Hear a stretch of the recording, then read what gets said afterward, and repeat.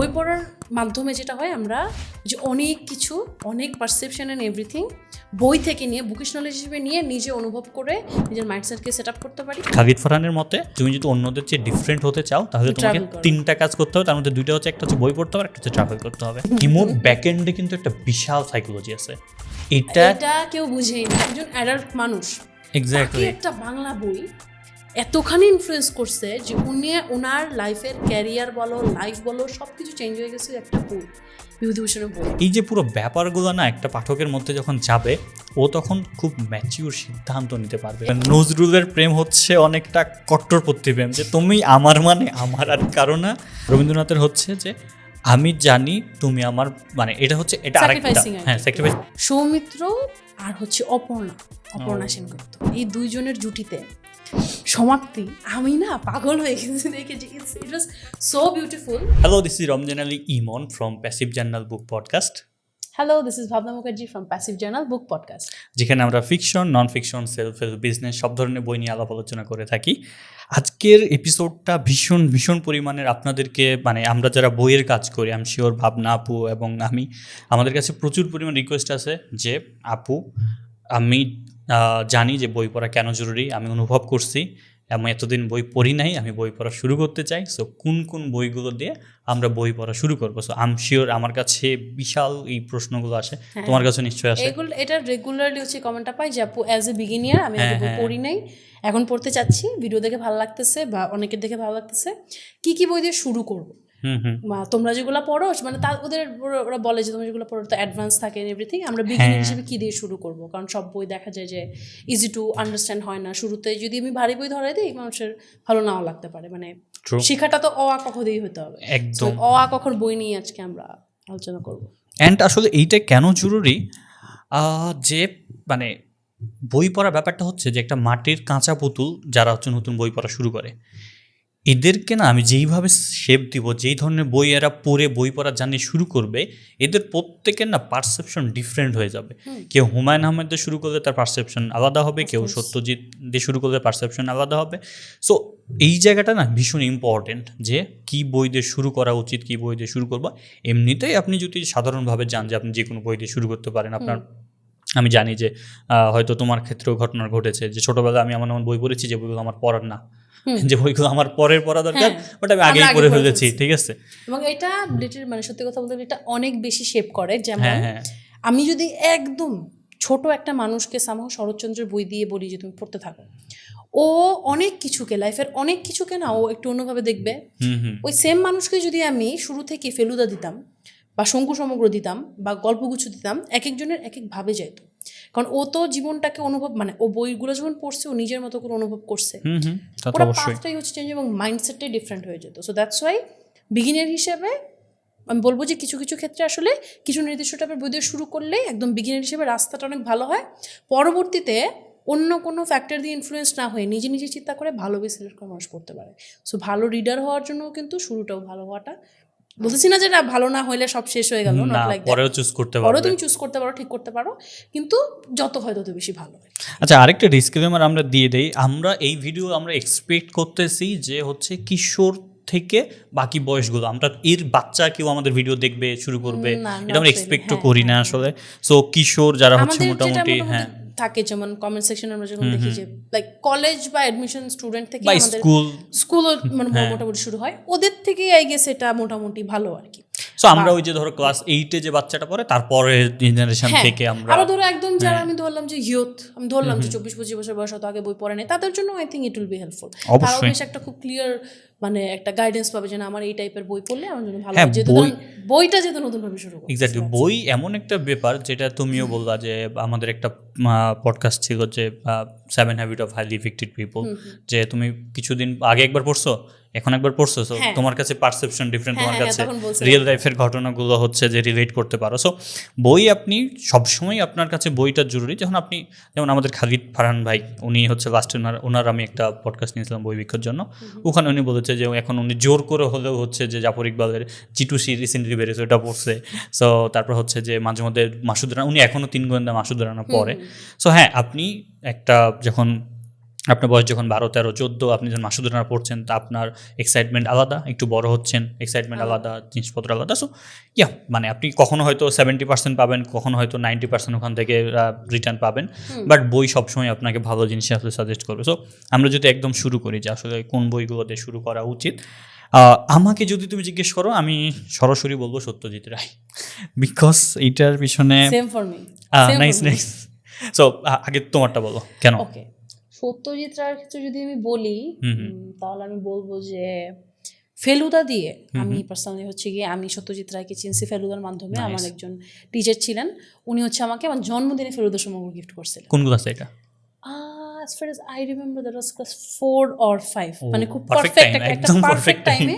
এবং আমার স্যারের নাম ছিল অবনী স্যার, স্যার মারা গেছেন। স্যার আমাদেরকে মেইনলি হচ্ছে কি কেমিস্ট্রি পড়াতেন। তো যেরকম উনি কেমিস্ট্রিও পড়াতেন, তখন ওই ছোটোবেলায় হচ্ছে গিয়ে আবার স্যারের মেয়ে হচ্ছে আমার ক্লাসমেট ছিল। ওই জায়গা থেকে স্যারের সাথে আমাদের আগে থেকে হচ্ছে আমাদের ফ্যামিলিতে একটা বন্ড ছিল আর কি। তো স্যার হচ্ছে বই পড়া ব্যাপারটাকে না খুব উৎসাহ দিতেন, খুব মানে আগ্রহ দিয়ে আমাদেরকে বলতেন যে এইটা পড়ো, ওইটা পড়ো, তোমাদের জন্য এটা ভালো হয় এভরিথিং। এবং আমার অনেক টিচারই আমাকে দেখতো যে আমি বইটই পড়তেছি, তো উনি আমাকে ফেরুদা সমগ্র দিয়েছিল। তো প্রথম যখন আমি পড়লাম সোনার কেল্লা পড়লাম, তারপরে হীরের আংটি একটা ছিল, ওটা যখন বাদশাহী আংটি ভুলে গেছি আসলে। তো এই যে আমি না নামটা হয়তো ভুলে গেছি, but I still remember that what it made me feel, যে একটা মানে অন্য একটা জগতে ঢুকে যাওয়া। পড়তে পড়তে কোনো হুঁশ জ্ঞান থাকতেছে না, পড়েই যাচ্ছি। তো একদম বাচ্চাকালে যদি আমি ওই বইটা পড়ি, তাহলে একটা এক্সাইটমেন্ট, নতুন কিছু জানা। আমি বাচ্চা কিন্তু স্টিল একটা অ্যাডাল্ট আমাকে খুব ইম্পর্টেন্স দিয়ে ফেলুদা কিন্তু ওনার বইয়ে তপসের জিনিসটা যদি বাচ্চাকে কিন্তু খুব ইম্পর্টেন্স দিয়ে উনি সামিল করতো নিজেকে। তখন সাবাস তপসের নিজেকেই হচ্ছে গিয়ে ওই ফিলটা আসতো যে না, আমিও মনে হয় অ্যাডভেঞ্চারে সামিল আছি। সাবাস ফেলুদার যে হাত মনে আমি পাইছি আমার কাঁধের উপর, ঠিক আছে, এটাই আর কি। ওই জিনিসটা তখন পড়ছিলাম, ভালো লাগছিল। এবং ছোটবেলায় যখন ওই সহজ বইগুলো আমি পড়ছি, ওই নির্মল লিখাত বিনোদনটা যখন পাইছি, তখন না বইয়ের প্রতি অটোমেটিক্যালি আগ্রহ বেড়ে গেছে। একটা ভালো বই কিন্তু আমাকে ভালো বই, অন্যান্য বইয়ের প্রতিও খুব আগ্রহী করে তোলে। সো ফেলুদা পড়লে কোনো বাচ্চা সে পরবর্তীতে বই পড়বে না, অন্তত উল্টায় দেখবে না, এটা জাস্ট আমি বিশ্বাসই করি না। এবং বড়দের ক্ষেত্রে এখন আমি হয়তো যেহেতু পড়ে ফেলছি, আমার হয়তো আমি নস্টালজিয়া রাইডে ভুগবো, আমার ভালো লাগবে, কি ফিল করছে আমি এভরিথিং, হয়তো কোনো ইনার ডিপ মিনিং খুঁজে পাবো, হয়তো উনি ওটা মিন করাও লিখে নাই, আমি হয়তো পাবো। কিন্তু এইটুকু বলা যায় যে এখন ধরো যদি একদম একটা 18-19 বছরের ছেলে বা 21-22 বছর বেশি মেয়েও যদি ফেলুদা দিয়ে শুরু করে, সে না এটা ফিল করবে যে আমার ছোটোবেলাটা এরকম ছিল। সে নিজের মধ্যে নিজের ইনার চাইল্ডটাকে ফিল করবে, যেটা তাকে আরও বইয়ের দিকে আগ্রহী করে তুলবে, বইটাকে ভালোবাসতে সাহায্য করবে। সো দ্যাটস ওয়াই আমার মনে হয় যে বিগিনার হিসেবে হোক বা overall Satyajit Feluda that's why আমার খুব বেশি পছন্দ। নাইস। আমার না হচ্ছে আমার দুইটা অবজারভেশন আছে এখানে। আমার অবজারভেশনগুলো কেন জানি দিন বাই দিন অনেক ডিপ হয়ে যাচ্ছে, বাট আই লাভ দিস। হ্যাঁ, আই লাভ দিস। ধরো একটা যেমন হচ্ছে, তুমি যদি ফেলুদা পড়ো, তুমি যখন ফেলুদা পড়ছো তখন তোমার কাছে না ফেলুদা একটা ফ্যাসিনেটিং ক্যারেক্টার, মানে সবাই তখন ফেলুদা হতে চায়। হ্যাঁ, তো একটা জিনিস মাইন্ডে দেখো, তুমি যখন ফেলুদা তোমার কাছে নায়ক, আর আমরা সবাই ফেলুদা হইতে চাইতেছি, ওই ফেলুদা যখন বলে যে বই পড়ো, ওই ফেলুদাকে বই পড়াকে তাগিদ দেয়, ওই ফেলুদা নিজে বই পড়ে, ওই ফেলুদা লালমোহন গাঙ্গুলির বইকে সাজেস্ট করে। সো দেখো, তোমার নায়ক, মানে এটা কি বল, ইনফ্লুয়েন্সার মার্কেটিং, যে আমার ফেলুদা আমার নায়ক, আমার হিরো আমাকে যেটা করতে বলতেছে, হ্যাঁ, আমার হিরো নিজে বই পড়ে, আমার হিরো বই পড়াকে ভালো করে, আমার হিরো বই লেখাকে সাজেস্ট করে। সো তখন হয় কি, মাইন্ডে একটা ব্যাপার স্যাপার চলে আসে, if I want be Satyajit Ray, মানে ফেলুদা, আমাকে বই পড়তে হবে, আমাকে বইয়ের আশেপাশে থাকতে হবে, জ্ঞান থাকতে হবে। ওখানে আরেকটা ক্যারেক্টার আছে সিধু জ্যাঠা, যেই ফেলুদার বস, মানে ওই টাইপের আর কি, হ্যাঁ, গুরু মানে আর কি। সো দেখো সিধু জ্যাঠা কি, সিধু জ্যাঠা এখানে বলা হয় যে এমন কোনো ব্যাপার নাই যেটা সম্পর্কে সিধু জ্যাঠা জানেন না। একটা ফ্যাসিনেটিং রুম, পুরা রুম ভর্তি বই টই, পেপার মেপার সব কিছু। সিধু জ্যাঠা হচ্ছে মাঝে মধ্যে ওই যে একটা ধরো, তারপর বাক্সবদলে আছে সিধু জ্যাঠা, তারপর ধরো তোমার ওই যে হ্যাঁ কিছু কিছু। সো দেখো পুরো ব্যাপারটা কিন্তু বই কেন্দ্রিক, বইকে তোমাকে ভালোবাসতে বাধ্য করতেছে, এইটা একটা। দ্বিতীয়ত সত্যজিৎ পড়তে পারবার কেন, কারণ তোমার মাথা একদম খালি তুমি যখন সত্যজিৎ পড়তে যাচ্ছ, আমরা ধরি, হ্যাঁ, ওইভাবে মানে ফিকশনাল অল তোমার খালি। এখন তোমাকে যদি আমি এই জায়গায় সত্যজিৎকে কেন প্রেফার এত করি, তুমি যখন সত্যজিতের ফেলুদা পড়তেছো, তুমি সত্যজিতের প্রফেসর শঙ্কু পড়তেছো, তুমি হচ্ছে তারিণী ঘুরো পড়তেছো, এই প্রত্যেকটা ক্যারেক্টার না ক্রিয়েটিভ ক্যারেক্টার, এই প্রত্যেকটা ক্যারেক্টার পজিটিভ ক্যারেক্টার, প্রত্যেকটা গল্প হচ্ছে এমন একটা সমাজকে রিপ্রেজেন্ট করে বা এমন একটা জিনিসকে প্রমোট করে যেটা হচ্ছে শান্ত। ও ফেলুদার বই পড়ে তো কখনও তোমার ফিল হবে না যে আমাকে কোটি কোটি টাকা ইনকাম করতে হবে, আমার ব্যাংক ব্যালেন্স এই হতে হবে না। সত্যজিতের বই পড়ে তোমার মনে হবে যে আমার একবার ছুটিতে দার্জিলিং যাওয়া উচিত, আমার একবার ছুটিতে হংকং যাওয়া উচিত, এই মানে সিকিমের বস হ্যাঁ ইয়া দেখা উচিত, মানে খুব একটা অন্যরকম সুদিং যে একটা ব্যাপার, এক্স্যাক্টলি, যে আমরা একদম হ্যাঁ একদম একটা নরম লাইফ, এইটা যখন একটা মানুষের মাথায় ঢুকবে ক্রিয়েটিভ হওয়ার, এটাকে অ্যাস্থেটিক বলে, এক্স্যাক্টলি হ্যাঁ কোজি টাইপের। সো এইটা আরেকটা ধরো, এই তোমার মাইন্ডে যখন এই ক্যারেক্টারগুলো বিলং করবে তোমার মাইন্ড থেকে, তখন কি হবে, তোমার না ভালো জিনিসের প্রতি অ্যাট্রাকটিভ আসবে, তখন তুমি মানুষের প্রতি সহানুভূতি হবা, সব কিছু, যেটা একটা বই পড়া বাচ্চার মধ্যে যাওয়া উচিত। অবশ্যই। 3 নম্বরে most of the favourite things for me is ভ্রমণ। ফেলুদা পড়ো, আজ্জাই পড়ো, সব কিছুতে ভ্রমণটাকে এত সুন্দরভাবে ফ্যাসিনেটিং করা, যেটা হচ্ছে তোমার একটা ইয়ং চাইল্ড মাইন্ডকে প্রচুর পরিমাণে ইনফ্লুয়েন্স করবে ভ্রমণ করা। দেখো খালিদ ফারহানের মতে তুমি যদি অন্যদের চেয়ে ডিফারেন্ট হতে চাও তাহলে তোমাকে 3টা কাজ করতে হবে, তার মধ্যে 2টা হচ্ছে, একটা হচ্ছে বই পড়তে হবে, একটা হচ্ছে ট্রাভেল করতে হবে। সো ওই যে ইন্টার কানেক্টেড এভরিথিং, হ্যাঁ ভালো কিছু করার জন্য। সো এই 3টা এখন আমাকে অনেকে না জিজ্ঞেস করে যে ভাই আপনি হুমায়ুন আহমেদ দিয়ে কেন বই পড়া সাজেস্ট করতে বলেন না। দেখেন হুমায়ুন আহমেদ আমারও ভীষণ পছন্দের রাইটার, কিন্তু আমি একজন বিগিনারকে কখনো হুমায়ুন আহমেদ দেই না। কারণ কি, তুমি দেখো হুমায়ুন আহমেদের গল্পগুলো কি মধ্যবিত্তদের গল্প, একটু বড় হয়ে তুমি সেই গল্পগুলোর সাথে হ্যাঁ মানে লাইফটাকে বোঝা, হ্যাঁ কিন্তু বুঝে ফেলছো তখন আর কি। হ্যাঁ তুমি দেখো হুমায়ুন আহমেদের গল্প মোস্ট অফ দিস রোমান্টিক, হ্যাঁ মোস্ট অফ আমি বলবো হ্যাঁ রোমান্টিক বলতে আসলে ব্যাপারটা কি, একটা বই তো এক এক রকম, বাট হ্যাঁ তুমি যদি 300 বইকে সামারাইজ করো, রোমান্টিক বই 70%, 30% বাকি সব কিছু। হ্যাঁ রোমান্টিক বলতে সবসময় ধরো ভালোবাসা তা না, ওই মধ্যবিত্ত জীবনটাকে রোমান্টিসাইজ করা আর কি, ওইভাবে এক্স্যাক্টলি। সো দেখো আমি তোমাকে যদি বলি সাজেস্ট, তুমি হিমু দিয়ে বই পড়া শুরু করলা, হিমুর ব্যাকএন্ডে কিন্তু একটা বিশাল সাইকোলজি আছে, এটা কেউ বুঝেই না। হ্যাঁ ময়ূরাক্ষীর লাস্টের যে চ্যাপ্টারটা এটা বুঝেই না কেউ। সো এখন কথা হচ্ছে আমি এক্সপেক্ট করি না তুমি ক্লাস 4 এ পড়ো 5 এ পড়ো তুমি ব্যাকএন্ড বুঝবা, ব্যাকএন্ড কিছু করবা, দরকার নাই। সেফ জিনিস সত্যজিৎ দিয়ে শুরু করো, তোমার বই পড়তে ভালো লাগবে, তুমি ভ্রমণে ইনফ্লুয়েন্স হবা, তুমি পজিটিভ চিন্তা করতে পারবা। সো এই জন্য আমি কখনো কাউকে বই পড়া শুরু করতে বলি না হুমায়ুন আহমেদ দিয়ে, কারণ ওখানে ক্যারেক্টারগুলো তো অবশ্যই ভালো, কিন্তু বিগিনার মাইন্ডের জন্য না আসলে। বই কিন্তু সব বয়স, যে আমাদের ছোটবেলায় বাবারা বলতো না এই বয়সে এটা তোর বয়সের বই না, তোর বয়সে বই না। সো আমি যদি হিমুর কথা বলি, যে মানুষজন হিমু বলতে কি বুঝে, বিভাগী হয়ে যাব, কি বলে হলুদ পাঞ্জাবি পরবো, আধ্যাত্মিক ভাব নিয়ে থাকবেন, এভরিথিং লাইক দ্যাট। কিন্তু দ্য থিং ইজ, হিমুর ভিতরে যদি আমি ডিপ ডাইভ করি, হিমু কেন এরকম চিন্তা করতো, এবং ওর কিন্তু মানে হুমায়ুন আহমেদ কিন্তু সাইকোলজি নিয়ে খেলতে খুব পছন্দ করতো, খুবই পছন্দ করতো। হিমু যে কি পরিমাণ একটা সাইকোলজি রিলেটেড ক্যারেক্টার, এটা মানুষ বুঝেই না, বোঝার কথাও না, কারণ আমরা সবাই সারফেস লেভেল থেকেই পড়ি মোস্ট অফ দ্য টাইমে, এবং আমরা নিজেরাও যখন পড়ছি আমরাও তখন, এখন আমরা অনেক বেশি পড়তেছি, তুমি পড়তেছো, ডিপ ডাইভ করতেছো, আমি বুঝতে পারতেছি।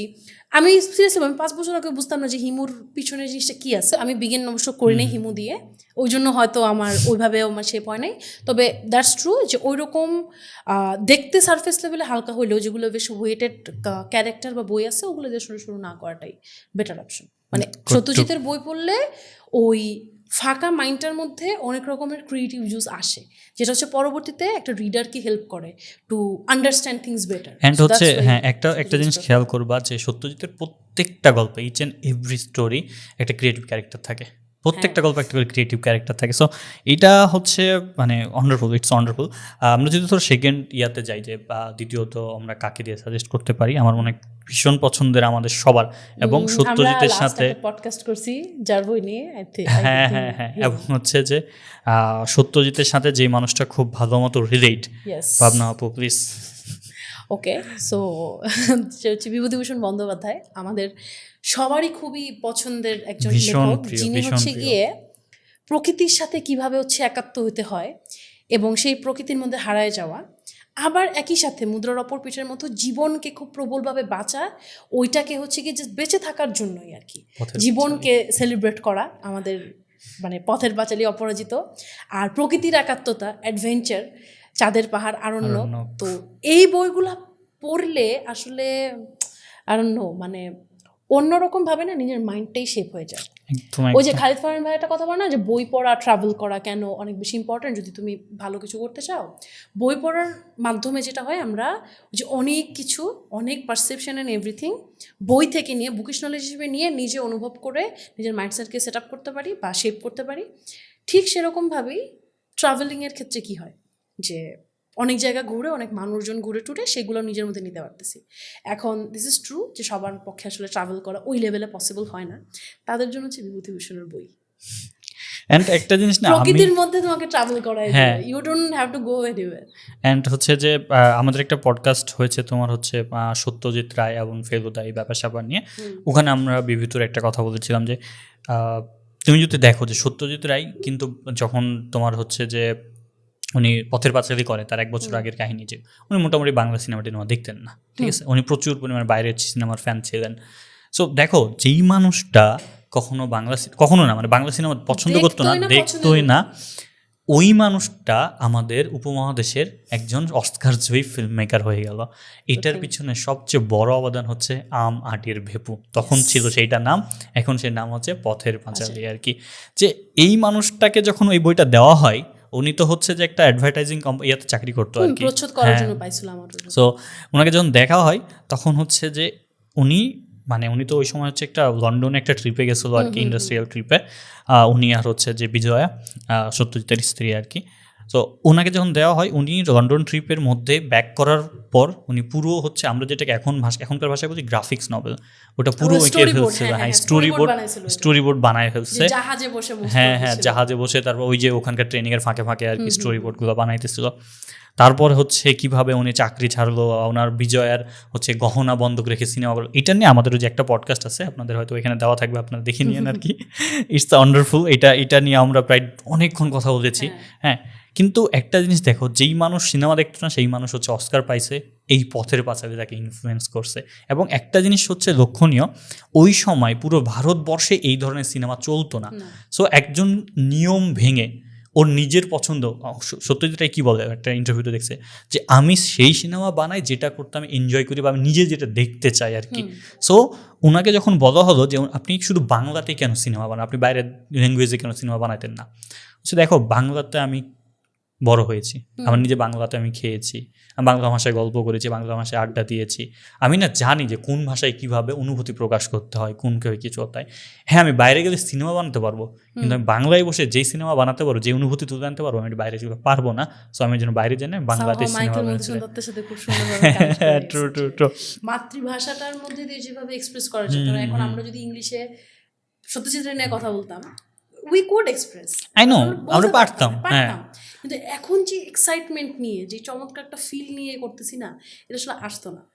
আর সত্যজিৎ রায়ের এই তার বই পড়ার অভ্যাস, তার বই দিয়ে ইনফ্লুয়েসড হওয়া, এটা জাস্ট মানে ওনার বই পড়ে যতটুকু দেখছি, আত্মজীবনী টাইপ লেখাপড়ে যতটুকু বুঝতে পারছি, বা মানুষের বই পড়ে যতটুকু দেখছি, যে এই বিভূতিভূষণের পথের পাঁচালী পড়ার পর ওনার পুরো মনোজগৎ, উনি কিন্তু তৎকালীন সময়ে মানে কি কোনো বিগিনিয়ার মাইন্ড না, অনেক জায়গা থেকে সমৃদ্ধ হয়ে, হ্যাঁ, চাকরি বাকরি করে একজন অ্যাডাল্ট মানুষ, এক্স্যাক্টলি একটা বাংলা বই এতখানি ইনফ্লুয়েন্স করছে যে ওনার লাইফের ক্যারিয়ার বলো, লাইফ বলো, সবকিছু চেঞ্জ হয়ে গেছে একটা বই, বিভূতিভূষণের বই। আচ্ছা, আপনাদেরকে একটা সিনেমা সাজেস্ট করি, নাম হচ্ছে অপরাজিত। এটা কিন্তু অপুর ট্রিলজি, অপরাজিত না, একটা সিনেমা আছে যেটা হচ্ছে 2022 সালে, হ্যাঁ জিতু কামাল যেটা যে পথের পাঁচালী কিভাবে বানানো হয় সেটা নিয়ে, he did really good, must watch cinema, মানে চমৎকার সিনেমা। আমি দেখছি, কয়েকদিন আগে দেখছি আমি, মানে অসাধারণ লাগছে। প্রত্যেকটা মানুষ এত সুন্দর অভিনয় করছে যে জাস্ট বলার মতো, মানে আউটস্ট্যান্ডিং। ওইটা দেখে নিন। এখন হচ্ছে আমরা আসলে দেখো, আমরা কিন্তু বিভূতিভূষণ নিয়ে কথা বলতেছিলাম, আমরা সত্যজিৎ ঢুকে পড়ছি বিকজ, আচ্ছা আরেকটা ব্যাপার, পথের পাঁচালী সত্যজিৎ রায়ের লেখা না, ডোন্ট ডু দিস। হ্যাঁ, এটা বিভূতিভূষণ বন্দ্যোপাধ্যায়ের লেখা আর কি।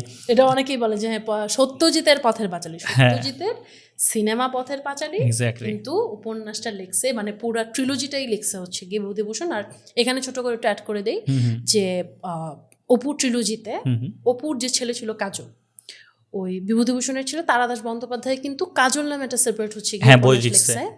যেই বইটার মধ্যে এত বেশি নস্টালজিয়া ট্রিগার করে পথের পাঁচালীর, যেটা অবিশ্বাস্য, মনেই হয় না যে তারাদাস, একদম সত্যি কথা বলতেছে আমি, তারাদাসের বন্দ্যোপাধ্যায়ের মানে লেখনী উনি ওনার বাবার স্টাইলি যখন লিখছে, মানে এত সুন্দর করে উনি লিখছে, এটা জাস্ট বলার মতো না।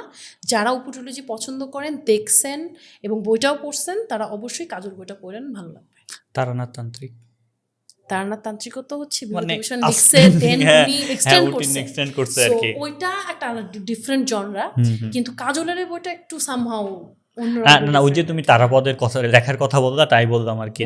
হ্যাঁ, এটা আসলে ঠিক, মানে উনি এত অ্যাডাপটিভ ভাবে লিখছে যে ইটস জাস্ট মানে হারায় যাওয়া ছাড়া কোনো উপায় থাকে না। আমার ভীষণ পছন্দের হচ্ছে তারানাথ তান্ত্রিক, আমি প্রচুর শুনি, এটা প্রচুর পড়ি, খুবই পছন্দ আমার। সো এটাও এডিট তারানাথ তান্ত্রিক। ওকে, ওনার সবগুলাই আসলে এক্স্যাক্টলি অ্যাড করার মতো। এমন হচ্ছে যে আমরা যারা পড়ছি, আমাদের কাছে যদি তুমি জাস্ট, আমি কাজ নিয়ে ব্যস্ত আছি, হ্যাঁ, তুমি এসে জাস্ট বলো ভাইয়া পথের পাঁচালী, চাঁদের পার, কাজ দাও, আমি ভার্মে যা তোমার কাজ। যখন বুক সেলফ গুছাইতে যাই, আমি আলাদা করে আগে থেকে বিভূতিভূষণের বইগুলো আমি লিটারালি আলাদা করে রেখে দিয়েছি। একবার শুরু করলে আমার আর কাজটা যাবে না, আমি কাজ শেষ করি তারপরে আমি পড়বো। কিন্তু দেখা যায় স্টিল 1 পাতা 2 পাতা 3 পাতা কখন যে বসে পড়ছি নিজেরও খেয়াল থাকে না। এটা না, দেখো বাবর আলীকে যে আমি ইন্টারভিউ করছিলাম, ওখানে ওনাকে না ওনার ট্রাভেল নিয়ে জিজ্ঞেস করছিলাম, উনি শুরুই করছে বিভূতিভূষণের চাঁদের পাহাড়। সো দেখো আমাদের নায়ক বা আমাদের কাছে বাবর আলী তো এখন অবশ্যই একটা ভীষণ গর্বের একজন মানুষ, হ্যাঁ, যে উনি প্রথম বাংলাদেশি হিসাবে মাউন্ট এভারেস্ট অ্যান্ড লোডস দুটো একসাথে জয় করছে, আর ষষ্ঠ বাংলাদেশি হিসাবে মাউন্ট এভারেস্ট জয় করছে আর কি। তো উনি শুরু করছে যে আমাকে ইনফ্লুয়েন্স করছে আসলে ওই যে চাঁদের পাহাড়, যে পুরো পৃথিবী যাদের হচ্ছে বা হচ্ছে বাড়ি এই টাইপের একটা, এবং পুরো ছাদ হচ্ছে যে মানে আকাশ হচ্ছে তাদের ছাদ আর কি। এই লাইনটা আমি ভুলে গেছি, ইটস আ বিউটিফুল লাইন, আমার মনে করা উচিত ছিল। সো চাঁদের পাহাড় বলো, আমরা আদর্শ হিন্দু হোটেলও বাদ দিতে পারবো না। তোমার যদি আমরা এটা নিয়ে পডকাস্ট করেছি, এটা পেয়ে যাবেন যে কিভাবে আপনার একটা নন ফিকশন ফিকশন মিলায়, আরে মানে আমরা আদর্শ হিন্দু হোটেল নিয়ে যেইভাবে কথাবার্তা বলেছি, হয় এটা প্রচুর প্রশংসনীয় হবে, না তো হয় এটা প্রচুর প্রশংসনীয় হবে, ড্যামেজ হওয়ার কোনো ইয়া নাই, কারণ আমরা এটা হিউজ পরিমাণে বর্তমান ব্যাপার স্যাপারের সাথে রিলেট করে কথাবার্তা বলেছি। এবং এই বইটা মানে এত বেশি রিলেভেন্ট টু রিসেন্ট টাইমস, যেটা এখন এই যে এন্টারপ্রেনারশিপ এই সব ব্যাপার স্যাপারে এত বেশি জরুরি। যে চিন্তা করো 1900 কত সাল, ওটা ভুলে গেছি, 30, হ্যাঁ, মি টাইমের কনসেপ্টটা তখন কিভাবে উনি ঢুকাইছে, আমরা এখন সেটাকে ইয়া করতেছি, আমরা এখন এগুলো হাইলাইট করতেছি। সময় যেটাই করছে। ওকে, সো ধরো আমরা যদি গেলাম আরেকটা, যেটা হচ্ছে একদম ক্লাসিক, যেটা সব সময়ের জন্যই থাকে, যেটা হচ্ছে রবীন্দ্রনাথের গল্পগুচ্ছ। ইয়েস, অফকোর্স, রবীন্দ্রনাথের গল্পগুচ্ছের মধ্যে আচ্ছা আমার সবচেয়ে পছন্দের গল্প সমাপ্তি। আচ্ছা, আমার হচ্ছে পোস্টমাস্টার। সমাপ্তি গল্পটা যে একটু রোমান্টিক স্টিল, ওকে, মানে আই ডোন্ট নো, এটা না অন্য একটা বাট ব্যাপার কাজ করে। এবং তুমি, আমি আবার একটু ব্যাক করতেছি সত্যজিৎ রায়, ওনার 3 কন্যা ইউটিউবে অ্যাভেলেবল আছে। 3 কন্যার মধ্যে একটা হচ্ছে পোস্টমাস্টার বানাইছিল, আরেকটা মনে হয় মণিহারা, আর হচ্ছে গিয়ে সমাপ্তি। 3টা মিলে হচ্ছে একটা বড় ইট্রোলজি আর কি। 3 কন্যা, সৌমিত্র আর হচ্ছে অপর্ণা সেনগুপ্ত, এই 2 জনের জুটিতে সমাপ্তি, আমি না পাগল হয়ে গেছি দেখে, যে ইট ওয়াজ সো বিউটিফুল। এবং কি বলবো, মানে মানুষের ওই যে ফিলিংস, তৎকালীন সময়ের রোমান্টিকতা বলি, এবং ওই 2টা ক্যারেক্টার, কি যেন, অপূর্ব আর মৃন্ময়ী, ওই 2টা ক্যারেক্টারের যে একটা ওই যে কি বলে অল্প বয়সের একটা ভালোবাসা, নিখাদ নির্মল একটা ভালোবাসা, কোনো স্বার্থর কথা চিন্তা করতেছে না, কিছু চিন্তা করতেছে না, নর্মাল নিখাদ ভালোবাসার মতো। ওইখানে যে তাদের খুবই এবং ইজি এক্সপ্রেশন, অপূর্ব বলতেছে আমার ভালো লাগছে তাই এরকম করছি, আবার মৃন্ময়ী বলতেছে হ্যাঁ আমার ওইটা ভালো লাগছে আমিও এটা করছি। ওই যে খুব ইজি গোয়িং কনভারসেশন এভরিথিং, এবং ওইটার ভিতর থেকে বাবা মেয়ের সম্পর্ক তুলে আনা, মা মেয়ের সম্পর্ক তুলে আনা, তারপর ধরো পুত্রবধূ শাশুড়ির সম্পর্ক তুলে আনা, স্বামী স্ত্রীর সম্পর্ক তুলে আনা, মা ছেলের সম্পর্ক তুলে আনা, লট অফ কি বলে প্যাটার্ন ইন ওয়ান স্টোরি। এবং খুব সুন্দরভাবে ওই যে পারিবারিক ব্যাপারটা খুব সুন্দর করে দেখাইছে, প্রত্যেকটা রিলেশনশিপ খুব সুন্দর করে নার্চার করে দেখাইছে, ছোট গল্প যদিও। সো দ্যাটস ওয়াই গল্পগুচ্ছের সমাপ্তিটা ওই পার্সোনাল রিলেশনশিপের ওই জায়গাগুলো থেকে আমার খুবই জোস লাগে। এবং হচ্ছে রবীন্দ্রনাথ ঠাকুর, রবীন্দ্রনাথ ঠাকুরের গল্পগুলো কেন জরুরি, এটাও আমি একটু ডিপ ড্রাইভের ব্যাপার স্যাপার। যে রবীন্দ্রনাথ রিপ্রেজেন্ট করছে তোমার ক্লাসিক্যাল লাভকে, যে তুমি যেমন এক রাত্রি গল্প যদি দেখো, যে এক রাত্রি গল্পের ওই যে বৃষ্টি হচ্ছে, ওর যে প্রেমিকা ছিল এখন বিবাহিত, ও আর ওই এক জায়গায় দাঁড়ায় আছে। এটা মানিক বন্দ্যোপাধ্যায় হলে কী করতো, ভাই পালাই যা, দুনিয়া ভারমে যা, ঠিক আছে। বাট দেখো রবীন্দ্রনাথ ঠাকুর কেন জরুরি, রবীন্দ্রনাথ ঠাকুর ম্যাচিউর সিদ্ধান্ত দিল যে ও আমার আজকে কেউ না, ও সংসার করুক, ও ওর জায়গায় থাকুক। ইটস আ ক্লাসিক্যাল লাভ। তোমাকে ম্যাচিউর সিদ্ধান্ত নিতে রবীন্দ্রনাথ শেখাবে, তোমাকে ম্যাচিউরভাবে অনুভব করতে শেখাবে। যেমন হচ্ছে ওই এক রাত্রির গল্প একটা ব্যাপার বলা হয় যে প্রথমে যখন ওর সাথে হচ্ছে যে সরলা না, হ্যাঁ সরলার হচ্ছে যে যখন সরলার সাথে কিন্তু বিয়ে টিয়ে ঠিক পারিবারিকভাবে, বাট ও যখন কলকাতা আসলো তারপর হচ্ছে পাত্তা দেবো না সরলার, ও শুনছে একসময় যে সরলার বিয়ে হইতেছে, তখন হচ্ছে যে দেশ বাঁচানোর জন্য চাঁদা মাদা উঠাইতেছে, তখন ও একটা কথা বলছে যে আমার কাছে দেশ বাঁচানোর ব্যাপারে সরলার এটা কোনো গুরুত্বই নাই। কিন্তু ও যখন টিচার হয়ে একটা স্কুলে আসলো, পাশের বাসায় যখন ওর বিয়ে হইলো সরলার, তখন যখন সরলার সাথে দেখা হলো, যখন দেখলো যে বিয়ে হয়ে গেছে, এ আর কখনো আমার হতে পারবে না, পরে ওখান থেকে ফেরত এসে রাতের বেলা রবীন্দ্রনাথ ঠাকুর ওই নায়কের মধ্যে যে অবজারভেশনগুলো দিল, যে ফিলিংসগুলো ঢুকাইলো, পরে আবার ওকে কাছে পেয়েও ওর কাছে নিল না, কারণ ম্যাচিউর সিদ্ধান্ত। এই যে পুরো ব্যাপারগুলো না একটা পাঠকের মধ্যে যখন যাবে, ও তখন খুব ম্যাচিউর সিদ্ধান্ত নিতে পারবে। মানে ও আজকে আমার না, কিন্তু আমার কি না হইতে পারতো, এক্স্যাক্টলি আফসোসটাও বুঝাচ্ছে, কিন্তু আফসোসের বসে ও যেন ভুলটা না করে, বাস্তব চিন্তা নিতে শেখাচ্ছে। যেমন তুমি যদি এখানে একটু যদি অ্যাড অন করি ম্যাচিউর সিদ্ধান্ত, চোখের বালি বা নৌকাডুবি, আচ্ছা, প্রত্যেকটার মধ্যে তুমি যদি নৌকাডুবির রমেশ কমলা দেখো, তারপরে চোখের বালির মধ্যে যদি তুমি মহেন্দ্র বিনোদিনী আসলতে ব্যাপারগুলো দেখো, ভুল করছে দেখাইছে, কিন্তু যে ভুল করছে কিন্তু পরিণামে কি হইতে পারে ওই জিনিসটাও কিন্তু খুব প্রপারলি বুঝাই দিছে। এবং উনি যেগুলো দেখাইছে ওগুলো কিন্তু অ্যাকচুয়ালি কি শোর দেন, মানে উনি কোনো কিছু রাগ ঢাক করে নেই যে না এটা হয়ই না বা সামথিং। অনেক লেখকরা কিন্তু থাকেন এরকম, তো তখনকার সময়ও যে না এটা কি হইতে পারে, সমাজ বিরুদ্ধ, আচ্ছা চেপে রাখি, ঢেকে রাখি।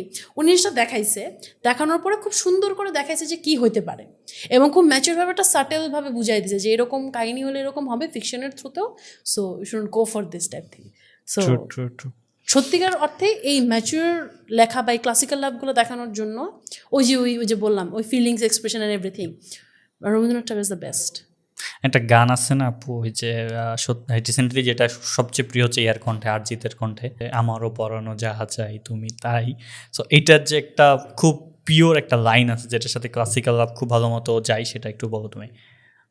রবীন্দ্রনাথের এই গানের সাথে পিওর লাইন, ওই যে এই সরলারি ব্যাপারটা যদি তুমি কানেক্ট করতে যাচ্ছ, আচ্ছা, দ্যাট উইল বি তুমি সুখ যদি নাহি পাও যাও সুখেরই সন্ধানে যাও, আমি তোমারই পেয়েছি হৃদয় মাঝে আরো কিছু নেই চাইকো। মানে তুমি যেটা চাচ্ছ সেটা যদি তুমি এখানে না পাও তাহলে তুমি যাও, বাট আমি তোমাকে যেহেতু পাইছি আমার মনের মধ্যে, আমার জন্য ওইটাই এনাফ।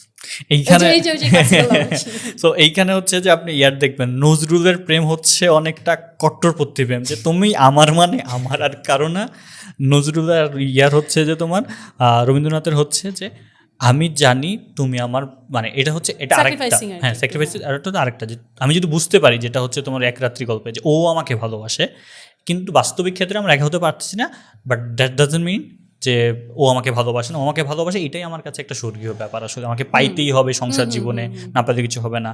এই যে ক্লাসিক্যাল লাভগুলো, এইগুলোর জন্য আসলে রবীন্দ্রনাথ এত বেশি আমাদের প্রিয় বাঙালির সে প্রাণের কবি আর কি। এখন যদি আমরা ধরো ইয়াতে আসি, যে কিছু থ্রিলার ব্যাপার স্যাপার, তিন গোয়েন্দা, তারপর ধরো তোমার মাসুদ রানা, ঠিক আছে, মানে ছোটবেলায় সবাই একটা হলেও তিন গোয়েন্দা পড়ছে, একটা হলেও মাসুদ রানা পড়ছে। আমি হচ্ছে মানে এইগুলো না এই বয়সে এসে পড়াটা একটু ডিফিকাল্ট। কেন কি আমি তোমার বলি, মানে আমি আমার বয়সের কথা বলতেছি, আমরা যাদের জন্য বলতেছি তাদের জন্য তো একদম পারফেক্ট। হ্যাঁ, আমাদের জন্য ডিফিকাল্ট বলতেছি না যে খারাপ বই, ডিফিকাল্ট হচ্ছে কি জানো, আমরা ডিপ ড্রাইভ করতে চাই, এটাই সমস্যা। কাহিনী ডিপ ড্রাইভ করতে চাই, যে যখন তুমি ছোট, যখন তুমি জীবনের ওই ভিতরের দিকে যাও না, তখন তুমি উপর দিয়ে জিনিসটা পড়ো, তুমি বিনোদন পাইছো। ভবিষ্যতে যদি তুমি আবার পড়ো তখন you can find the meanings, বা তুমি যে ছোটবেলায় পড়ছো ওইটাই তুমি অটোমেটিক্যালি মাথায় করে বুঝতে থাকবা। ওই নির্মল বিনোদন পাওয়ার জন্য আমার মনে হয় এই বইগুলো ছোটবেলাতেই পড়ে ফেলা জরুরি। একদম যে তুমি ছোটবেলাতেই নির্মল বিনোদনটা পাইছো, বড় হয়ে তুমি ডিপ ডাইভ করো, খুঁজে বের করো, কোনো সমস্যা নেই। কিন্তু বড় হয়ে যদি একবার তুমি ধরে যদি ওই শঙ্কু পড়তে চাই বা ফেলুদা পড়তে চাই বা মাসুদ রানা তিন গোয়েন্দা পড়তে চাই, আমাদের ভালো লাগবে, কিন্তু অনেক কিছু না, আমরা নির্মল বিনোদনটা পাবো না। অনেক কিছু মাথায় আসতে থাকবে, যাচ্ছে এটার সাথে এটা, সেটার সাথে ওইটা, ওই কি বলে মানে আই ডোন্ট নো ওই ওই একটা লাইনই বলবো যে ওই ইনোসেন্ট যে একটা এক্সাইটমেন্ট ব্যাপারটা ওই ফিলিংসটা তো থাকবে না। বাট আমরা যাদের জন্য পডকাস্টগুলো বানাচ্ছি সেটা হচ্ছে স্কুলের বাচ্চা কাচ্চা হোক, কলেজের হোক, তাদের জন্য I think it's a perfect time to start. আপনি যেই বয়সী হন, যদি শুরু করে না থাকেন, শুরু করে না থাকলে অবশ্যই শুরু করুন। হ্যাঁ, এইটাই আর কি। এবং দেখো মাসুদ রানা 3 গোয়েন্দা, আমি চিন্তা করলাম এইটা আসলে এত বেশি পপুলার কেন সবার কাছে, বা ছোট বয়সে যখন পড়ে তখন এত বেশি কেন? ওই যে 3 গোয়েন্দাতে কি হচ্ছে, যে 3টা বাচ্চা কাচ্চা পৃথিবীর সব সমস্যার সমাধান করে দিচ্ছে, ঠিক আছে, দ্বীপে যাচ্ছে, তারপর হচ্ছে ফ্যাসিনেটিং একটা ব্যাপার। হ্যাঁ একদম, এইটা একমাত্র এইটাই কারণ মাসুদ রানা পৃথিবীর সেরা গোয়েন্দা, ঠিক আছে। ওই যে মহাপুরুষে কি করলো তোমার হচ্ছে গুলিমুলি খাইয়া পরে আবার আরেকটা দ্বীপে গেল, দ্বীপে গিয়ে নিজেকে হচ্ছে তৈরি করলো, আবার আসলো। হ্যাঁ, সো সবগুলো হিরোইক, অলওয়েজ হিরোইক, যে এই জন্যই অন্যায় হচ্ছে, অন্যায়ের পরে আবার ঠিকঠাক মানে সত্যের জয়। এইগুলো আমি কেন সাজেস্ট করি, সেটা হচ্ছে এটা না তোমার হচ্ছে চিন্তার ভাবনাকে এত বেশি লম্বা করবে, বা তোমার ফিকশনাল ওয়ার্ল্ডটাকে এত বড় করবে। ফিকশনাল ওয়ার্ল্ড মানে তুমি হয়তো তোমার অপু দুর্গার ওই যে গ্রামের পরিবেশ পাচ্ছ, তুমি ফিকশনাল ওয়ার্ল্ডে এসে হচ্ছে তোমার শঙ্কর হচ্ছে যে তোমার চাঁদের পাহাড়ে শঙ্কর, তারপর হচ্ছে এই যে এখানকার মাসুদ রানা, তারপর হচ্ছে যে কিশোর মুসা, এইগুলা রবিন, এই ব্যাপারগুলো যখন তোমার মধ্যে ঢুকবে তখন হচ্ছে, এবং কিশোর মুসা, রবিন, মাসুদ রানা পরে একটা চমৎকার ব্যাপার হচ্ছে পৃথিবীর অনেক জিনিস সম্পর্কে জানা যায়, অনেক নাম জানা যায়, অনেক জায়গা সম্পর্কে জানা যায়। হ্যাঁ, যেমন মহাপুরুষ পড়ার সময় ধরো কিছু যে নেপোলিয়ন সমুদ্রের ব্যাপার স্যাপার থাকে, তারপর একটা সমুদ্রের দ্বীপে গিয়ে যখন আমি সত্য কথা, যখন আমার খুব খারাপ সময় যায়, আমি ফিল করি যে আমি মহাপুরুষের ওই মাসুদ রানার মতো একটা দ্বীপে যাইতে পারতাম, সকালবেলা ঘুম থেকে উঠে কফি খাই, সমুদ্রের উপর দৌড়াইতাম, সমুদ্রের পাশে দৌড়াইতাম, গোসল টোসল করে আবার ফেরত আসতাম, ঠিক আছে।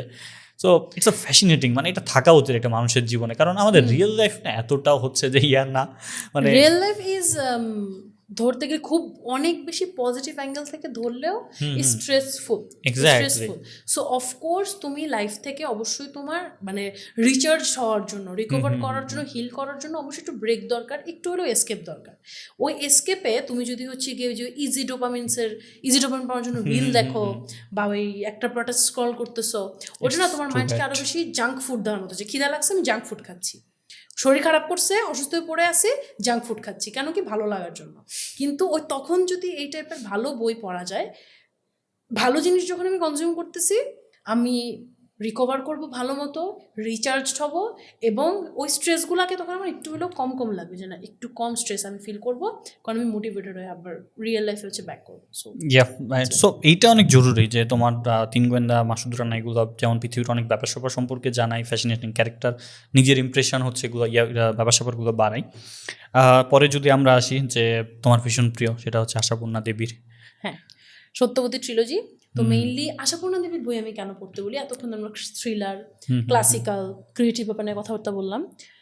অ্যাজ এ রিডার যখন আমি স্টার্টও করতেছি, তখনও কিন্তু আমাকে আমার রুট সম্পর্কে জানা জরুরি, যে আমার রুট কেমন ছিল। আজকে থেকে মাত্র 50 বছর আগে, বা আজকে থেকে মাত্র 60-70 বছর আগে, মানে 1 শতাব্দীও না, উইদিন 100 ইয়ার্সও আমি এখন যেভাবে চলতে ফিরতে পারতেছি অ্যাজ এ ওম্যান, আমি আমার সমাজে যেভাবে চলতে পারতেছি, তুমি যেভাবে চলতে পারতেছো, স্বাধীন নাগরিক হিসেবে আমরা যেভাবে চলতে পারতেছি, স্বাধীন রাষ্ট্র হিসেবে যেভাবে চলতে পারতেছি, স্বপ্ন দেখতে পারতেছি, কাজ করতে পারতেছি, এন্ড এভরিথিং, আজ থেকে মাত্র 60-70 বছর আগেও একজন ছেলে মানুষ হিসেবে তোমার হয়তো যে কোনো চাকরি করার সুবিধা ছিল না, নিজের প্যাশন ফলো করার সুবিধা ছিল না। অ্যাজ এ ওমেন আমার হয়তো পড়াশোনা করার স্বাধীনতাও ছিল না। নিজের রুট জানাটা খুবই জরুরি। কেন? তাহলে সবসময় তুমি কোনো কিছু টেকেন ফর গ্র্যান্টেড নিবা না। আমরা অনেক সময় অনেক কিছু টেকেন ফর গ্র্যান্টেড নিই, পড়াশোনা বলি, আমাদের অনেক স্বাধীনতা বলি, আমার তো এরকম করারই কথা, আমার তো এরকম হওয়ারই কথা না। হয়েছে, that's a very good thing, but কেন হয়েছে, কাদের ত্যাগের কারণে হয়েছে, কারা তাদের নিজের জীবন দিয়ে দেশ স্বাধীন করছে, কারা নিজের জীবন দিয়ে, আমি আজকে হচ্ছে গিয়ে মানে অনেক সময় দেখি না ফেসবুকে, ইটস এ ভেরি মানে ডিসঅ্যাপয়েন্টিং থিং যে বেগম রোকেয়া একে নিয়ে কথা হচ্ছে, উপমহাদেশে নারী অগ্রদূতকে নিয়ে কথা হচ্ছে, যে উনি যদি না আসতো তাহলে মেয়েদের পড়াশোনা করা লাগতো না, এরকম অনেক মিম টিম থাকে আর কি, উইচ ইজ ভেরি ডিসঅ্যাপয়েন্টিং। ওই জায়গা থেকে মানে এই একটা সময় কেমন ছিল এবং এখন কেমন আছে, আমরা যেন জিনিসটাকে টেকেন ফর গ্র্যান্টেড না করে নিই। আমাদের মুক্তিযুদ্ধর কথার মতো যদি বলি যে দেশ স্বাধীন আছে, দেশ স্বাধীনের ব্যাপারটা যেন টেকেন ফর গ্র্যান্টেড না করে নিই। অনেকে কিন্তু নিজেদের জীবন দিয়ে, পরিবার দিয়ে, রক্ত দিয়ে হচ্ছে দেশ স্বাধীন করে গেছে। ওই জায়গা থেকে মুক্তিযুদ্ধ তো আর এই ট্রিলজিতে নাই আর কি, অনেক আগে একটা সমাজ সংস্কারের ব্যাপার স্যাপার আছে, সমাজ সংস্কারের ক্ষেত্রে যে একদম ওভারঅল যদি আমি ধরি যে ওই উপমহাদেশীয় কি বলে এটাকে, মানে সাবকন্টিনেন্টের কি সাউথ এশিয়ার সাবকন্টিনেন্টটা কীরকম ছিল, তখন মানুষের লাইফস্টাইল কীরকম ছিল, 60-70 বছর আগে তো আমাদেরই পূর্বপুরুষ ছিল, তারা কিভাবে ছিল, তারা কিভাবে আস্তে আস্তে আন্দোলন করে যুদ্ধ করে কিভাবে আস্তে আস্তে আস্তে বর্তমান সময়ে আসছে, কিভাবে এর মাঝখান দিয়ে সমাজ চেঞ্জ হয়েছে, রিলেশনশিপের হচ্ছে গিয়ে ডাইনামিক্সগুলো কীভাবে চেঞ্জ হয়েছে, মেন্টালিটি ডাইনামিক্স কীভাবে চেঞ্জ হয়েছে, একটা সার্টেন টাইম পর্যন্ত মোটামুটি একটা 40 বছরের রেঞ্জে you can get the idea in a very fictional way, inspiring way and struggling way. যেভাবে সুবর্ণলতা স্ট্রাগল করে তার মেয়েকে করতে হয় নাই, যেভাবে সত্যবতী স্ট্রাগল করে তার মেয়েকে আবার হয়তো গিয়ে ওইভাবে না করতে অন্যভাবে করতে হয়েছে বা সামথিং লাইক দ্যাট। ওভারঅল হচ্ছে দেশ যখন স্বাধীন ছিল না তখন কি কি ছিল, কিভাবে ছিল, স্বাধীন হওয়ার পরে কি কি হয়েছে and everything like that. So fictional ওয়েতে যদি তুমি তোমার রুটটা জানতে চাও একদম মোটামুটি গত 100 বছরের এবং খুব ডিটেলডভাবে, এবং শুধু বহির্জগতের না, মানুষজন কিন্তু ইতিহাস বলতে ভাবে যে শুধুমাত্র বাইরের জগৎটা কেমন ছিল, কয়টা যুদ্ধ হয়েছিল, কি কি আন্দোলন হয়েছিল অ্যান্ড এভরিথিং। মানুষের অন্দরমহলেও কিন্তু অনেক রকমের রিফরমেশন আসছে, রাইট? এই জন্য তো আজকে আমি বাসার বাইরে এসে হচ্ছে পডকাস্ট করতে পারতেছি, পড়াশোনা করতে পারতেছি অ্যান্ড অনেক কিছু করতে পারতেছি, এবং অন্তর্মহলে মানে কি বলবো সরি অন্দরমহলে পরিবর্তন আসে থেকে কিন্তু এখন ছেলেরাও ঘরের ভিতরে ঢুকে হচ্ছে রান্না করতে পারতেছে এবং ঘরের কাজে হাত দিতে পারতেছে। True, right? সো ওই ডাইনামিক্সগুলো বোঝার জন্য, সমাজ সংস্কারের ব্যাপারগুলো বোঝার জন্য এবং ওভারঅল নিজের রুটকে বোঝার জন্য আমি মনে করি আশাপূর্ণা দেবীর সত্যবতী ট্রিলজি পড়াটা খুবই জরুরি। তোমার হেভি ওয়েট ইমাজিনেশন লাগবে তা না, তুমি জাস্ট হচ্ছে ওপেন মাইন্ড রেখে পড়বা বোঝার জন্য what was your root, you will accept it and you will feel grateful.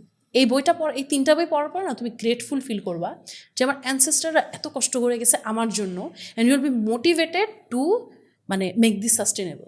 ওরা যে জিনিসটা রেখে গেছে আমি এটাকে আরো ভালো করে রাখবো। হ্যাঁ, এটা হচ্ছে তোমার ওই যে আমি জানি না হয়তো বা চিনো, ওই যে মির্চি রেডিওর একটা ক্যারেক্টার হচ্ছে দীপ আর কি, দীপ যে ন্যারেটর করে আর কি। সো আমার ভীষণ পছন্দের পডকাস্ট তো পৃথিবীতে অনেক আছে। সত্য কথা বলতে মির্চির একটা পডকাস্ট সিরিজ ছিল, সিরিজের নাম হচ্ছে চলেন বসা যাক, বা চলো বসা যাক, সরি চলো বসা যাক, অডিও পডকাস্ট আর কি। সো ওখানে গেস্ট হিসাবে ওখানকার সবচেয়ে ফেভারিট হচ্ছে আমার মির্দার সাথে হচ্ছে যে ওই যে সমকের একটা সমকই মূলত হোস্ট ওই হচ্ছে তোমার পডকাস্টের। তো মির্দারটা আগে বলি, দ্বীপেরটা আমি মূলত দ্বীপেরটা বলতে চাইছি, কিন্তু পডকাস্টের কথা আসলে মির্দারটা আমি কেন বলি, আমি যখন ডিপ্রেশনে ভুগি, আমারও ডিপ্রেশন আসে যখন খারাপ লাগে, আমি জাস্ট মির্দার ওই পডকাস্টটা প্লে করি এবং আমার মনে হয় আমি 50 বারেরও বেশিবার শুনেছি আমি ওই পডকাস্টটা, যেটা আমি এটা শুনিনি আমি অবশ্যই। হ্যাঁ, চলেন বসা যাক, এটা কোন কাহিনী যে ধরো আমরা মির্দাকে কেমনে চিনি, মির্দাকে আমরা মিরাকেল দিয়ে চিনি, রেডিও দিয়ে চিনি। সো উনি রেডিও ছাড়লো, হাসির হ্যাঁ সমার্থক শব্দ হিসেবে আমরা রেডিও ছাড়লো, উনি মিরাকেল ছাড়লো, উনি সুইসাইড অ্যাটেম্প নিতেও গেছিলো, ঠিক আছে? এই ব্যাপারগুলো ওনার সাথে কেন ঘটলো? যেই মানুষকে, এটার সাথে আরেকটা ব্যাপার বলতে রাখি, ইন্ডিয়ান ওই যে পডকাস্টারের নামটা কি বললো, আমরা গাড়িতে আস্তে আস্তে বলতে গেলাম, হ্যাঁ বিয়ার বাইসেপে, হ্যাঁ ওখানে গেস্ট হিসেবে তোমার আসছিল বাস্কারবাসী, চিনো না? হ্যাঁ। সো ও একটা পডকাস্টে বলতেছে যে বাস্কারবাসী যখন গেস্ট হিসেবে আসে, আমি এক্সপেক্ট করছিলাম যে সম্পূর্ণটা হাসির একটা পডকাস্ট হবে, বাট ও বলছে যে ওই পডকাস্টটা সবচেয়ে বেশি মানে ছিল একটা ডিপ একটা পডকাস্ট ছিল, মানে ওর মেন্টাল হেলথ থেকে শুরু করে সবকিছু। সো আমরা মির্দাকে কিভাবে চিনি, একটা হাসির সমর্থক শব্দ, তুমি যেটা বলো আসলে ইটস ট্রু। ওই মানুষ কেমনে হচ্ছে এত কিছু করতে চাইছো, কেমনে রেডিও ছাড়লো, রেডিও তো ওনার জীবন সব কিছু ছিল, এই সেই মির্চি ছাড়লো, এই সেই অনেক কিছু ছাড়লো। ওই ওনার যে লাইফের স্টেজগুলো, উনি যে সিনেমা হলে গেলেও সিনেমা দেখতেন না, কোথায় হারাই যেতেন, এই সেই করতেন। সো ওই যে ব্যাপার স্যাপারগুলো, স্টেজে উঠার আগে কান্নাকাটি করতেন, আবার স্টেজ থেকে ফিরে যেই কাছে হয়ে যেতেন, ওই ব্যাপারগুলো নিয়ে একটা বিশাল ব্যাপার স্যাপার বলা হয়েছে। অ্যান্ড এটাকে আমি কমেন্ট চেক করলাম, কমেন্টে সবাই একটা জিনিস বলে যে এটা পডকাস্ট না, এটা একটা লাইফ লেসন থেরাপি আমাদের সবার জন্য। ইটস আউটস্ট্যান্ডিং, আমি সবাইকে রেকমেন্ড করি শুনবা এটা। এইখানে দীপ একটা সেগমেন্ট, একটা এপিসোডে দীপ আসে। সো দীপ একটা, তুমি যে কথাটা বলো ওটাই বলো দীপ, যে এই যে তুমি আজকে বসে এখানে পডকাস্ট করতেছো, এই যে তুমি আজকে রুটি খাইতেছো, করতেছো, এটা আজকাল এমনি হয়ে যায়নি। এটার জন্য এই মানুষগুলো সাফার করছে, that's for you belong in this উপরে দাঁড়াই আজকে আমি এক্স্যাক্টলি। সো স্বাধীনতাকে টেকেন ফর গ্রান্টেড নেওয়ার কোনো কিছু নাই, কোনো হচ্ছে যে তোমার মুভমেন্টকে টেকেন ফর গ্রান্টেড নেওয়ার কিচ্ছু নাই। হ্যাঁ, তুমি লাকি যে তোমাকে সব করতে হয় নাই, তুমি একটা গোছানো হ্যাঁ একটা পাইছো আর কি। হ্যাঁ, সো এই যে ব্যাপারগুলো আর কি, যে অবশ্যই টেকেন ফর গ্র্যান্টেড, কারো সাকসেসকে নেওয়ার উচিত নাই, কারো নেওয়া উচিত নাই। মানুষের মধ্যে এই মানসিকতাগুলো আসলে ডেভেলপ করে দেখেই বই আসলে এতটা জরুরি আসলে আমাদের জন্য। আচ্ছা, হোয়াট অ্যাবাউট শ্রীকান্ত, শরৎচন্দ্র চট্টোপাধ্যায়ের? কিন্তু শ্রীকান্তের কথা যদি আমি বলি, না আমি শ্রীকান্ত শেষে না, শ্রীকান্ত প্রথম পার্টটার কথা বলতেছি, শেষের তো ডিপ ড্রাইভ করতে হবে, ওটা পরে। প্রথম পার্টের কথা যদি বলি, অ্যাজ বিগিনিয়ার শরৎচন্দ্রের অন্যান্য বইয়ের থেকে, মানে ধরো ছোট গল্পগুলোর থেকেও এটাতে একটু অনেকখানি মানে ধরো একটু সারফেস লেভেলে মোটামুটি মানুষকে পার করা দেওয়ার মতো আমার মনে হচ্ছে, যে মানে একটু মানে অত উনি ওইখানেও আছে ডিপ ড্রাইভ করার জিনিসপত্র আছে, বাট স্টিল ওই যে ধরো নতুন দান তো থাকে নামটা ইন্দ্রের সাথে, নতুন দা ওই যে ওই পানিতে পড়ে যায়, ওরকম কিছু কমেডি রিলিফ দিয়ে দিয়ে না শ্রীকান্তর প্রথম পার্টটা অ্যাজ বিগিনিয়ার যারা, তাদের জন্য আই থিঙ্ক মানে ইটস গুড। হ্যাঁ, শ্রীকান্ত শরৎচন্দ্রের সাথে পরিচয় হওয়ার জন্য জরুরি, শরৎচন্দ্রের সাথে পরিচয় হওয়া জরুরি, কারণ হচ্ছে শরৎচন্দ্র তো ওই সময়ের শরৎচন্দ্র হচ্ছে তোমার রবীন্দ্রনাথের সময় শ্রেষ্ঠ কথা সাহিত্যিক ছিলেন আর কি। সো ওনার সাথে পরিচয় হওয়া অবশ্যই জরুরি। আমি শ্রীকান্ত সাজেস্ট করেছেন, শ্রীকান্ত যে গল্পকথক, সে হচ্ছে ইয়ং কিশোর আর কি। সো ও কিন্তু নিজেকে ওই জায়গাটা বসাতে পারে, শ্রীকান্তর সাথে মাছ ধরতে যাইতে পারে, শ্রীকান্তর সাথে লট অফ স্টাফ, এবং যেহেতু কিশোরের চোখ দিয়ে দেখতেছে ওর জন্য এটা অনেক বেশি মানে ধরো কি, এখানে যদি আমি একটা এক্সটার্নাল একটা এক্সাম্পল দিয়ে বলি, রিসেন্টলি ট্রেন্ড হচ্ছে পঞ্চায়েত সিরিজটা। পঞ্চায়েত সিরিজটা আমি নিজে দেখছি, এবং আমি আমার একটা ফ্রেন্ডকে দেখাইছি যে কিনা হচ্ছে সিরিজ টিরিজ খুব একটা দেখে না, ও গ্রাম থেকে আসছে। আমি ওকে বলছি যে তুই সিরিজটা দেখতে আমার সাথে দেখবি, আমি ওর পাশে বসে ওকে দেখাইছি, এবং ও এত নস্টালজিক ফিল করছে। আমি ওর পাশে নিয়েছি, একটা এপিসোড দেখছি, ও পাগল হয়ে গেছে, ও বাকিগুলো সব দেখা শুরু করছে। তো ওর কাছে পঞ্চায়েত ছিল কিরকম, যে ও গ্রামে বড় হয়েছে, ও রিলেট করতে পারছে গ্রামের লাইফের সাথে, দ্যাটস ওর ভালো লাগতেছে। কিন্তু আমি তো গ্রামে বড় হইনি, আমার কেন ভালো লাগছে? কারণ আমি ওই অভিষেক ত্রিপাঠী মানে শহরের মানুষটার চোখ দিয়ে গ্রামটাকে দেখছি, রিলেটেবল ফিল করে করে করে গ্রামটার প্রেমে পড়ছি, দ্যাটস ওয়াই আমাদের ভালো লাগছে। আর যে গ্রাম থেকে আসছে ও ডিরেক্ট গ্রামের মধ্যেই ঢুকে গেছে, ওই জন্যই পঞ্চায়েতটা সবার কাছে ভালো লাগছে। শ্রীকান্তের কাছে ওই ব্যাপারটা কি, যে টিনেজ কেউ যখন জিনিসটা পড়বে, ও শ্রীকান্তের চোখ দিয়ে শ্রীকান্তের সাথে বসে প্রত্যেকটা অ্যাডভেঞ্চারে যাবে, আর যে হয়তো একটু বড় সে হয়তো বা আচ্ছা ঠিক আছে ওই জিনিসটা ফিল করে যে আচ্ছা ঠিক আছে হ্যাঁ আমিও তো ওইরকম ছিলাম বা সামথিং লাইক দ্যাট, ওর স্মৃতিটাকে এনজয় করতে করতে করতে যাচ্ছে। একজনের সাথে সাথে যাচ্ছে, একজনের স্মৃতি এনজয় করতে সাথে সাথে যাচ্ছে। তো দুজনের জন্যই ইটস গুড এক্সপিরিয়েন্স। অন্তত প্রথম পার্টটা কথা আমি বলবো, প্রথম পার্টটাতে আই থিঙ্ক বিগিনিয়ারদের জন্য, শরৎচন্দ্রের সাথে পরিচয় হওয়ার জন্য এই গল্পটা হচ্ছে গিয়া সবচেয়ে ভালো একটা অপশন হতে পারে। ধরো আমরা যদি হুমায়ুন আহমেদকে বাদ নাও দিতে পারি, হুমায়ুন আহমেদের সবচেয়ে আন্ডাররেটেড একটা ব্যাপার আছে কি জানো, হুমায়ুন আহমেদের সায়েন্স ফিকশন এত চমৎকার, ওনার গরু গল্পটা এত জোস, তারপরে অহক। না হুমায়ুন আহমেদ আসলে সায়েন্স ফিকশন কেন লিখলেন না, মানে কন্টিনিউ করবেন না? ওনার মোটামুটি ওনার তো আমি ইন্টারভিউ দেখিনি আসলে খুব একটা, আমি মোটামুটি ওনার নিজেরই ইন্টারভিউ টাইপের লেখা পড়ছি, যে হ্যাঁ ওই টাইপের জায়গাগুলো পড়ছি। ওরকম আরও অনেকগুলো না ছোট ছোট আর্টিকেল থাকতো যেগুলো অনেক আগে লিখতো, পেপার কাটিং হ্যানত্যান বিজেপি, ওইগুলা পরবর্তীতে অনেক জায়গায় হচ্ছে গিয়ে ধরো সমগ্র ভিতরে ফুটনোট হিসেবে দিয়ে দিত আর কি। ওই জায়গায় হচ্ছে উনি এরকম লিখছিল যে উনি সায়েন্স ফিকশন খুবই পছন্দ করতো, জনরাও পছন্দ করতো, কিন্তু উনার নিজের কাছেই মনে হতো যে somehow maybe something is lacking. নিজের কাছেই মনে হতো, ওই জন্য আমার ঠিক খেয়াল নেই আমি কোথায় পড়ছি আসলে, এবং যেটা পড়ছি আমি প্রপারলিও বলতে পারলাম কি not sure about that, but উনার এরকম মনে হতো।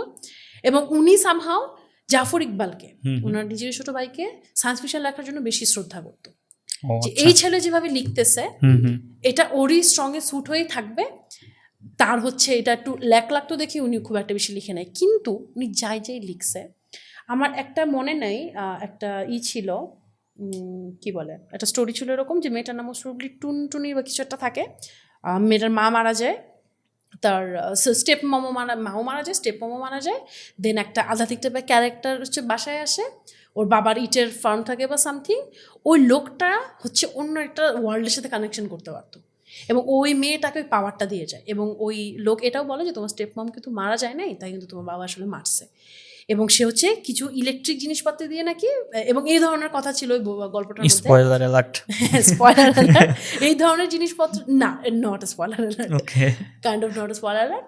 এরকমও থাকে যে কি বলে, ওই লোকটাকে ও কিছু জিনিসপত্র দেয়, ট্রানজিস্টার হ্যানত্যান হাবি, এবং ওই লোকটা বলে যে এই ঘরের মধ্যে শব্দ আলো কম্পন কখনো ওই যে শক্তির রূপান্তর নিয়ে একটা কথা বলে যে ওই শক্তি নিঃশেষ হয় না, এই ঘরের মধ্যেই শক্তি জিনিসটা আছে। আমি ওই আলো নিয়ে আসবো, আমি ওই শব্দ নিয়ে আসবো এবং আমি তোমার মাকে আবার তোমাকে দেখাবো যে কি হয়েছিল তার সাথে। তার আগে হচ্ছে সামহাও সামহাও দে কি বলে পার্ট দেয়ার ওয়েজ আর কি, এরকম একটা ব্যাপার। এবং সামহাও ওইটা তার মধ্যে আসে। আরেকটা ছিল অহক নামে একটা গল্প ছিল। অহকে হচ্ছে গিয়ে তৃতীয় মাত্রার নাকি সপ্তম মাত্রার প্রাণী, মানুষ ভাবে ওরা ভয়ঙ্কর, ওদের পারসেপশন আবার পারসেপশন করতেছে, ওদের পারসেপশন থেকে ওরা ভাবে ওরা যা করতেছে ভালো করতেছে, আর মানুষের পারসেপশন থেকে মানুষ ভাবে ওরা যা করতেছে আমাদের ক্ষতি করতেছে। দুইটা কন্ট্রাস্ট, দুই দিক দিয়ে দুইটা গল্প চলতেছে, দুই দিক দিয়ে দুইজন, মানে একটা হচ্ছে কি উন্নত প্রাণী, একটা হচ্ছে কি মানুষ কথা বলতেছে, গল্প চলতেছে। ওনার সায়েন্স ফিকশন গুলা আমি বলবো হ্যাঁ ওনার বইয়ে আসলে অনেক মনে হয় সারফেস লেভেল, কিন্তু আসলে অনেক ভিতরে ঢোকার ব্যাপার স্যাপার থাকে। যেহেতু উনি সাইকোলজি নিয়ে খেলতে পছন্দ করতো, তুমি দেখো হিমু অ্যান্টি লজিকে চলতেছে, মিসেল আলী লজিকে চলতেছে, শুভ্র নর্মালি চলতেছে, সবার মধ্যে সাইকোলজিক্যাল কোনো না কোনো কানেকশন থাকতো। সো ওই জায়গা থেকে ওনার সায়েন্স ফিকশন যদি বলি, হ্যাঁ আই থিঙ্ক সায়েন্স ফিকশন। ওনার বাচ্চাদের জন্য অনেকগুলো গল্প আছে, অনেকগুলো সমগ্র আছে এরকম বড় বড় সাইজের, টগর ও কাঠগোলাপের গল্প, ব্যাং রাজা নাকি ব্যাং রাজকুমারী, হ্যান তেন, ওই বইগুলো বেশ ভালো। সো ওইগুলো হচ্ছে হ্যাঁ সিলেক্ট করে ওগুলো পড়ে ফেলবেন। আমরা যদি অবশ্যই ধরো কেউ যদি গল্প পড়া শুরু করতে চাইতেছে, বই পড়া শুরু করতে চায়, তার জন্য কিন্তু audio book is a massive মানে চান্স যে আজকালকার দিনে গেট ইনটু ইন্ডাস্ট্রি। যে ধরো এই যে আমরা একটু শ্রীকান্তর কথা বললাম, আমি আপনার যদি শ্রীকান্ত বইটা পাশে না থাকে, আমি আপনাকে 100 টাইমস হচ্ছে যে রেকমেন্ড করব আপনি গপমেরে থেকে যান, গপমেরে থেকে গিয়ে শ্রীকান্তটা শুনেন, আপনার অদ্ভুত রকমের ভালো লাগবে। মানে স্টাইলিংটা ওদের এটা খুব মানে এমন ভাবে ব্যাকগ্রাউন্ড মিউজিক থাকুক বা না থাকুক, কথাগুলো যেভাবে করে। আমি শ্রীকান্ত কেমনে শুনি জানো, আমি যখন ল্যাপটপটা অন করি সরাসরি 12 মিনিটে যাই। 12 মিনিটে কেন, ওই যে শ্রীকান্ত একটা বাঁশির আওয়াজ আছে, এটা এত শুটিং মানে তুমি ভিজুয়ালাইজ করতেছো। তুমি মানে একটা জিনিস কি, কেন আমি অডিও বুক পছন্দ করি, আমি অডিও বুক শুনি খুব কম। আচ্ছা আচ্ছা, মানে আমি হচ্ছে ট্রাভেলিং এ আমার খুব একটা টাইম জানা, সব অডিও বুক শোনা হয় খুব কম। কিন্তু অডিও বুকের ক্ষেত্রে না, তুমি নর্মাল যখন বই পড়তেছো ভিজুয়ালাইজ করতেছো, that's a great thing, but still যখন তুমি ওই ফিলিংসটা মানে কি বলবো যে ওই বাঁশির সুর হ্যাঁ শোনার পর আলাদা ইয়ে করা বা হচ্ছে পাখি ডাকতেছে, এগুলো শুনে শুনে যখন তুমি হচ্ছে গিয়ে ওই জিনিসটা ইমাজিন করো, আমার মনে হয় ওইটা তোমার ইমাজিনেশনের লেভেলটাকে আরো বাড়ায় দেয়। তুমি একদম দেখতে পাও বা এবং শুনতেও পাচ্ছ সাথে সাথে। সো আই গেস ওইটা আরো বেশি স্টিমুলেট করে আমাদের মাইন্ডটাকে, যখন আমরা বই পড়তেছি জিনিসগুলোকে আরো বেশি ভালোভাবে নিতে সাহায্য করে। তো আমি অডিও বুক খুবই প্রেফার করি। সো আমরা ধরো অডিও বুক কি কি শুনতে পারে, আমরা অবশ্যই সাজেস্ট করবো আগে চাঁদের পাহাড় শুনেন, চাঁদের পাহাড়ের শঙ্করের ব্যাপার স্যাপার শুনেন। অনেকগুলা হচ্ছে লেভেল আছে, যে দেশ বিদেশ জাহাজ সমুদ্র পাহাড় সব জায়গা শব্দ শুনে আমরা কেন এমন এমন জিনিস আমরা ট্রাই করতেছি এই পডকাস্টে যেগুলো আপনাকে ভিজুয়ালাইজ করতে সাহায্য করবে বা খুব ইজিলি আপনি ভিজুয়ালাইজ করতে পারেন, আগ্রহটা যেন আরো অনেক বেশি বাড়ে। এক্স্যাক্টলি, যাতে আপনার মনে হয় যে আপনি বই পড়ে অনেক কিছু জানতে পারতেছেন, আপনি বই পড়ে অনেক জায়গায় ট্রাভেল করতে পারতেছেন। হ্যাঁ আপনাকে আমি শার্লক হোমস কেন সাজেস্ট করতেছি না, একটু আসেন আরেকটু পড়াশোনা করেন, একটু সত্যজিৎকে পড়াশোনা করেন, বোঝেন আসলে যে ব্যাপারটা কি, মানে ধরে যদি আমি বাক্য গঠন করতে দিই তাহলে তো হলো না। এক্স্যাক্টলি, যে আপনি বোঝেন যে আসলে ইনভেস্টিগেশন ব্যাপারটা কি, কিভাবে যায়। শার্লক হোমস তো father of investigation, father of হচ্ছে যে তোমার কি বলবো আমি, যে গোয়েন্দার যে ব্যাপার স্যাপার সব কিছুর জন্য আমাদের সবার প্রিয়। সো এইটার জন্য ধরো যাচ্ছে। তারপর আমরা যদি থ্রি মাস্কেটিয়ার্স বলি, থ্রি মাস্কেটিয়ার্স মাস্ট রিড, যেটা আপনাকে হচ্ছে একটা প্রাচ্যের ব্যাপার স্যাপারের সাথে, প্রাচ্যের সৈনিকের ব্যাপার স্যাপারের সাথে ইনক্লুড করবে। অ্যান্ড অডিও স্টোরি আপনাকে আমি থ্রি মাস্কেটিয়ার সাজেস্ট করবো, আপনাকে আমার জীবনের সেরা গল্প the count of Monte Christo suggest করবো। কাউন্ট অফ মন্টে ক্রিস্টোর গল্পটা ছোট্ট করে একটু বলি, ওর গল্প না, আমি যেদিন শুনতেছিলাম, এটা আমি পডকাস্টেও বলছি, আবার বলি, আমি লোভ সামলাতে পারি না। এটা হচ্ছে এটা যেদিন আমি শুনি সেদিন আমাদের বাসায় বৃষ্টি হচ্ছে। আমাদের বাসা মূলত দুইটা, একটা টাউনে একটা গ্রামে আর কি। সো ভাইয়া আসছে, ভাইয়া বৃষ্টিতে বাসায় যেতে পারে নাই, অ্যান্ড আমি মোটামুটি আমার রুমে একাই ঘুমাই। অ্যান্ড একাই ঘুমানো মানে কি, ওই করোনার টাইমে সারা রাত জায়গায় ফোন টিপতাম, এই সেই করতাম। সো করোনার টাইম যেভাবে গেছে আমি জানতাম না কোনটা রাত আর কোনটা দিন, ঠিক আছে। সো ওই টাইমে হচ্ছে যে আমরা প্রচুর অডিও বুক শুনতাম, প্রচুর। আলহামদুলিল্লাহ যে ওই টাইমে আমি ট্রাকচ্যুত হই নাই, আমি রাত জেগে অডিও বুকই শুনতাম, এই সেই করতাম আর কি। সো ওই আগের দিন আমি আবু বক্কর নামে একটা ছেলে, এইটারও একটা গল্প আছে না, আমি বলি তোমাকে। আবু বক্কর হচ্ছে যে তোমার এক গ্রামের ফ্রিজের বা ইয়ার দোকানগুলো কি হয় যে তোমার গ্রে, অল্টন, সবগুলোর দোকান, সবগুলো ব্র্যান্ডের ফ্রিজ একটা দোকানেই পাওয়া যায় কিন্তু গ্রামের দিকে।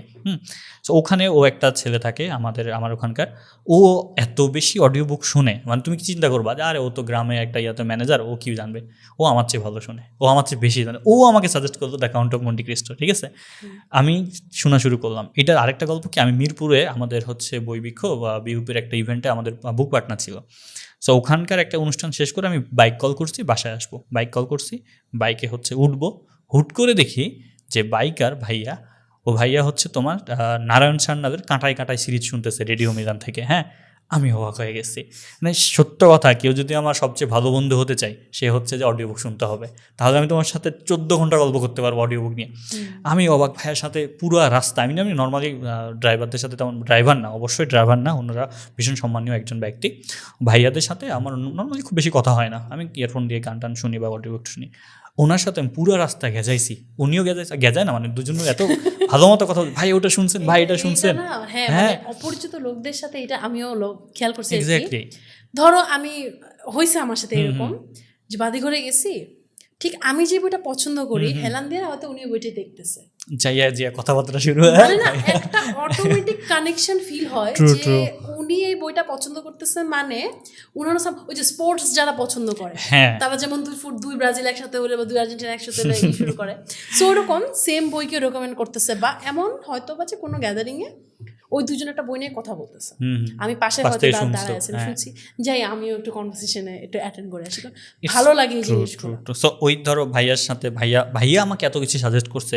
সত্য কথা বলতে কাঁটায় কাঁটায় সিরিজ আমি জানতাম নারায়ণ সান্যালের, উনি আমাকে যখন একটু পুশ করলো যে এটা তোমার মাস্ট শোনা উচিত, ঠিক আছে, তারপর আমি শুনলাম। এখন কাঁটায় কাঁটায় সিরিজ হয়তো আমরা একদিন কথা বলবো, তো আন্ডার রেটেড মনে হয় আমার কাঁটায় কাঁটায় সিরিজের পিকে বসুকে, যে উনি হচ্ছে একটা ব্যারিস্টার, কেস টেস সলভ করে আর কি।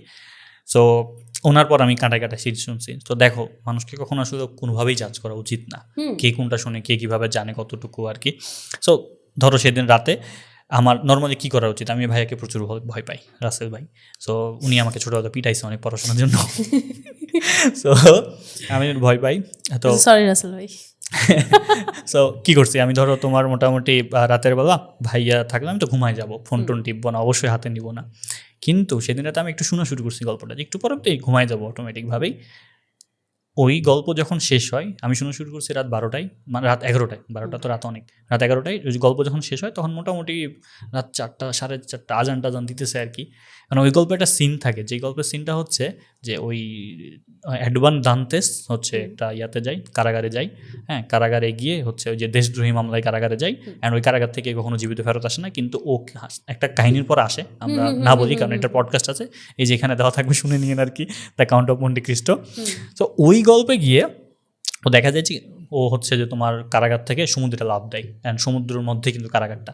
উনি যখন সমুদ্রে লাফ দেয়, বিশ্বাস করবা না, মানে তুমি শুনো, তোমার কাছে মনে হবে যে তুমি নিজে সমুদ্রে লাফ দিছো, তুমি একটা রিল্যাক্স পাইছো, তোমার নায়ক মুক্তি পাইছে, ঠিক আছে। সো এতটাই পছন্দ আমার the count of Monte Cristo, যে আমার ভাইয়া পাশে ঘুমাইতেছে আর আমি লুকিয়ে লুকিয়ে, আমার তো ইয়ারফোনও ছিল না, আমি এত কম একটা সাউন্ড দিয়ে বালিশের নিচে রাখছি, এইভাবে করে আমি অডিও স্টেটে শুনতেছি। হ্যাঁ, so that much favourite the count of Monte Cristo আমার কাছে। এবং কাউন্ট অফ মন্টি ক্রিস্টোর আরেকটা ছোট্ট ইনসাইট বলি, তুমি তো সত্যজিৎ রায়ের যে আমার কাছে যে ফেলুদা, সেটা হচ্ছে তোমার সব্যসাচী হাজরা। আমার কাছে ফেলুদা মানে কিন্তু সৌমিত্র না, কারণ একটু বড় তো উনি, আমি রিলেট করতে পারি না আর কি। উনি তো একদম ফার্স্ট স্টেজে ছিল, এরপর তো বাট আমার উনি অপরাজিত মানে আমার কাছে সৌমিত্র, অপুর সংসার মানে আমার কাছে সৌমিত্র, সৌমিত্র মানে আমার কাছে শেষবেলা, শেষের কবিতা তো আছে, উনি যে বেলা শেষ আর কি, বেলা শেষ আছে ওদের রিসেন্ট মুভি বেলা শেষে নেই। হ্যাঁ, সো কিন্তু আমার কাছে ফেলুদা মানে হচ্ছে যে তোমার সব্যসাচী চক্রবর্তী আর কি। হ্যাঁ, উনি আসলে amazing actor and voice artist. হ্যাঁ, তো এখন ধরো ওনার ছেলের নাম হচ্ছে তোমার অর্জুন চক্রবর্তী আর গৌরব চক্রবর্তী। সো গৌরব চক্রবর্তী কিন্তু এর আগেও অনেক কাজ করছে, ভিজুয়ালাইজ করছে, সিনেমা টিনেমা করছে, কিন্তু ওর পুরো লাইফে ও যতটা না ফেম পাইছে এত সব কিছু করে, উনি যে the count of Monte Cristo এসে এডমান দান্তেজের রোলটা প্লে করার পর যে পরিমাণে ফেমাস হয়েছে, যে পরিমাণে প্রত্যেকটা কমেন্টে ওনাকে এডমান দান্তেজ হিসাবে করা হয়, এটা চলেন বসা যাকে উনি আসছে, এগুলো শুনো, রিলেট করতে পারবা। সো হ্যাঁ, so the count of Monte Cristo করার পর একজন ভয়েস আর্টিস্ট যে পরিমাণে ফেমাস হয়েছে, একজন নায়কও হইতে পারে না, এতটা popular the count of Monte Cristo. Even বলা হয় যে অডিও স্টোরি ইন্ডাস্ট্রিতে the count of Monte Cristo, Sunday সাসপেন্সের বেস্ট প্রডিউস একটা ব্যাপার স্যাপার। সো আমি আজকেই শুনবো। হ্যাঁ, তো চাঁদের পাহাড় শুনো, the count of Monte Cristo শুনতে পারবে। তারা হচ্ছে আমরা যদি একজন আন্ডাররেটেড একটা ক্যারেক্টার বলি, আমাদের দেশে একটু কম পরিচিত মতি নন্দী। হ্যাঁ, অফকোর্স আমি মতিনন্দের কথা বলবো। ওনার স্পোর্টস রিলেটেড জায়গা থেকে, ফুটবল বলো, সাঁতার বলেন, এভরিথিং ওনার, ওই সৌমিত্রের সাথে কিন্তু ওনারটাই আছে, কোনি নামে দেয়ার ওয়াজ আ মুভি, ওনার বই থেকে নেওয়া। ওইখানে সৌমিত্র চট্টোপাধ্যায় হচ্ছে কোচ থাকে। ওনার বইয়ে না একটা অন্য ব্যাপারই আছে, গুশবাম ক্রিয়েট করা মুভমেন্ট, মানে স্পোর্টসকে লাইফের সাথে মিলায়ে, ক্রিকেট বলো, ফুটবল বলো, সাঁতার বলো, স্ট্রাইকার যেমন ফুটবল নিয়ে অন্য লেভেলে নিয়ে যায় উনি। মানে আমি হচ্ছে গিয়ে কোনোদিনও সেরকম খেলাধুলা করিনি জীবনে। একবার স্কুলে বিস্কুট দৌড় দিছি, তাও বিস্কুটটা নিতে পারিনি, এমনি দৌড় দিছি, লাস্ট হয়েছি, ঠিক আছে। I was never into sports, but I like cricket, I love football, তো দেখতে ভালো লাগে। আচ্ছা, ফেভারিট প্লেয়ার কি ক্রিকেটের? হ্যাঁ, ক্রিকেটের ফেভারিট প্লেয়ার? ক্রিকেটের ফেভারিট প্লেয়ার ছিল সচিন টেন্ডুলকার। ওহ নাইস, গড অফ ক্রিকেট। ফুটবলে অফ কোর্স লিওনেল মেসি। ও আস চলো। সো এনার হচ্ছে স্পোর্টস নিয়ে লেখাগুলো, যেমন অডিও স্টোরি তো সিগমেন্টে ছিলাম, গপ্প মিনিট থেকে হচ্ছে যে স্ট্রাইকার আছে, তারপর হচ্ছে বুড়ো ঘোড়া আছে, বুড়ো ঘোড়া ক্রিকেট নিয়ে, স্ট্রাইকার হচ্ছে ফুটবল নিয়ে। সো এগুলো আরও অনেক কিছু আছে, এইগুলো আপনি শুনবেন। এগুলো শুনলে আপনার টাইমগুলো যেমন চমৎকার যাবে, আপনি নিজে ডিপ ড্রাইভ না, আপনি হচ্ছে ফিকশনাল ওয়ার্ল্ডের মধ্যে ঢুকবেন। আমরা আসলে সাজেস্ট করলে তো লটস অফ বই আমরা সাজেস্ট করতে পারি, অনেক কিছু যেতে পারে। আমরা হচ্ছে যে আমরা মানিক বন্দ্যোপাধ্যায়কে নিয়ে আসি নাই ফর আ রিজন, আমরা অনেক কিছু না এখানে ভেবে চিন্তে বলেছি যে বিগিনারের জন্য এই লিস্টে। আচ্ছা, এখানে আমি আরেকটা বই একটু অ্যাড করতে, জাস্ট অনলি ওয়ান, সেটা হচ্ছে অদ্বৈত মল্লবর্মণের তিতাস একটি নদীর নাম। এই বইটা অফকোর্স আমি মনে করি যে মানে বিগিনার হিসেবে লাগলে জাস্ট এই বইটাই পড়েন, জাস্ট এটাই পড়েন। মানে এত, ওই যে বললাম না যে রুট, কি ছিলাম, কই ছিলাম, কিভাবে আসছি, এবং অ্যানসেস্টারের প্রতি না কৃতজ্ঞতা বোধ বেশি। এবং ওই যে একটা জিনিস বলে না, এখন কিন্তু জার্নালিং ব্যাপারটা খুব উঠছে, যে গ্র্যাটিটিউড জার্নাল, হ্যান ত্যান বিজেপি, প্রতিদিন তুমি কি নিয়ে কৃতজ্ঞ, তুমি প্রতিদিন যে জিনিস নিয়ে কৃতজ্ঞ, তোমার অতীতের কোন বিষয়টা নিয়ে তোমার কৃতজ্ঞ হওয়া উচিত, ওইগুলো বোঝার জন্য না এই টাইপের বইগুলো পড়া উচিত। সো ওই জায়গা থেকে আমি বলবো যে তিতাস একটি নদীর নাম, অদ্বৈত মল্লবর্মণের a must read for a beginner. তো এই মোটামুটি আমাদের লিস্ট। আপনারা কমেন্টে জানায়েন যে, অবশ্যই একটা জিনিস সবসময় আমি হাম্বলের সাথে ট্রাই করি যে আমার লিস্ট, আমার কথাবার্তা ফর্ম আমার মাইন্ড থেকে আমি বলেছি। সো আমাদের পারসেপশন, আমার যতটুকু জানা, আমার জানা কম হতেই পারে, পৃথিবীতে সব কিছু আমি জানবো না। সো সব কিছুর জন্য আমি সবসময় একটা হাম্বলি রোল প্লে করি যে এটা আমার মতামত বা আমি চেষ্টা করতেছি। অবশ্যই আপনারা যেখানে, আমার মনে হয় যে আমার চেয়ে সবাই মোটামুটি সবাই বেশি বই পড়ছে, আমি সবচেয়ে কম বই পড়ি, এটা আমি ফিল করি। সো আপনারা সাজেস্ট করতে পারেন কমেন্টে যে এই বইগুলো দিয়ে বই পড়া শুরু করা উচিত। আমরা খুবই উইলিংলি অ্যাকসেপ্ট করবো আপনাদের প্রত্যেকটা মতামত, প্রত্যেকটা পজিটিভ মতামত, প্রত্যেকটা কনস্ট্রাকটিভ ক্রিটিজম, সব কিছু আমরা খুব উইলিংলি অ্যাকসেপ্ট করবো। So this all are from আস, যে আপনারা যারা বই পড়া শুরু করতে চান শুরু করেন, বাট বই পড়া কেন জরুরি এগুলো বিষয় নিয়ে আমরা প্রত্যেকটা এপিসোডেই কথাবার্তা বলি। So yeah, it's all done and শেষ করবো বাকি দিয়ে। ওকে, সো মোটামুটি ভাইয়া যেটা বললো সেটাই তো হচ্ছে কি, মোটামুটি কী বলবো, মানে সাম আপ করে আমি আর কি কনক্লুশন দিব। বাট স্টিল বই পড়া কেন জরুরি এইটা মনে হয় না আমাদের এখানে বোঝানোর কিছু আছে, বিকজ যারা এই পডকাস্টটা দেখতেছে, যারা এই পডকাস্টটা এই পর্যন্ত দেখছে বা শুরুও করছে যখন, তারা অন্তত এই জিনিসটা বুঝে ফেলছে যে বই পড়াটা কেন জরুরি। এইটুকু জিনিস কিন্তু মোটামুটি মানুষের মধ্যে ঢুকে গেছে। তো এই বিগিনিয়ার লিস্টের জন্য আমরা আমাদের পারসেপশন থেকে যেটা বললাম, দোজ আর মানে মাস্ট রেকমেন্ডেড ফ্রম আস। এছাড়া মানুষ যেটা বলবে, এছাড়া প্রচুর গ্রুপ টুপ যা আছে, মানুষের রেকমেন্ডেশন আছে, সবার থেকে আপনার বিগিন হিসেবে নেন। জাস্ট লাস্ট একটা জিনিসে থাকবে যে বইটা পড়েন, ভালো বই পড়েন, ভালো জায়গায় হচ্ছে সময়টা দেন। ভালো জায়গায় যত আপনি সময়টা বেশি দিবেন, আপনি নিজের পার্সোনাল ফুলফিলমেন্ট হোক, মানে আমি বাকি সব বাদ দিলাম, যে প্রফেশনাল ডেভেলপমেন্ট, তারপরে আমি ধরলাম যে লাইফে অনেক উঁচু হইতে হবে, বড় হইতে হবে, হ্যান্তাবিজিবি সব বাদ দিলাম। আপনি নিজে পৃথিবীতে খুব লিমিটেড টাইম নিয়ে আসছেন, ওই সময়টাকে প্রত্যেকটা সেকেন্ডকে কাউন্ট করার জন্য বা এনজয় করার জন্য যদি কিছু চান, আপনি একটা ভালো বই পড়েন। আপনার সময়টা ভালো কাটবে, আপনার লাইফে একটা সুন্দর মেমোরি ক্রিয়েট হয়ে থাকবে আপনার ইমোশনাল ব্যাংকে, যা আমার একটা সুন্দর মেমোরি আছে, ওই মেমোরিটা আমি লিভ করতে পারতেছি, চেরিশ করতে পারতেছি। এক্স্যাক্টলি। সো আপনি যদি পথের পাঁচালী পড়েন, প্রত্যেক শরৎকালে আপনার অপু দুর্গার কথা মনে পড়বে। সো লাইফে রিলেট করার মতো অনেক কিছু পাবেন। হ্যাঁ, যেমন হচ্ছে the count of Monte Christo যে পড়ছে কিছুদিন আগে পাবনাতে, হচ্ছে তোমার ছাদ ফুটা করে হচ্ছে আসামি পালাইছে। So the count of Monte Christo যারা পড়ছে তাদেরকে আমি মেনশন করছিলাম যে ইটস অ্যাডভান্স অ্যাবেফারি আর একটা ক্যারেক্টার থাকে। সো এইভাবে রিলেট করা যায়, গল্প টল্প করা যায় আর কি। So this is all about us and this is Ramzan Ali Emon signing out. from this episode until the next one. Okay, this is Bhavna Mukherjee signing out from Passive Journal Book Podcast. See you on the next episode. Bye bye. Ta-da.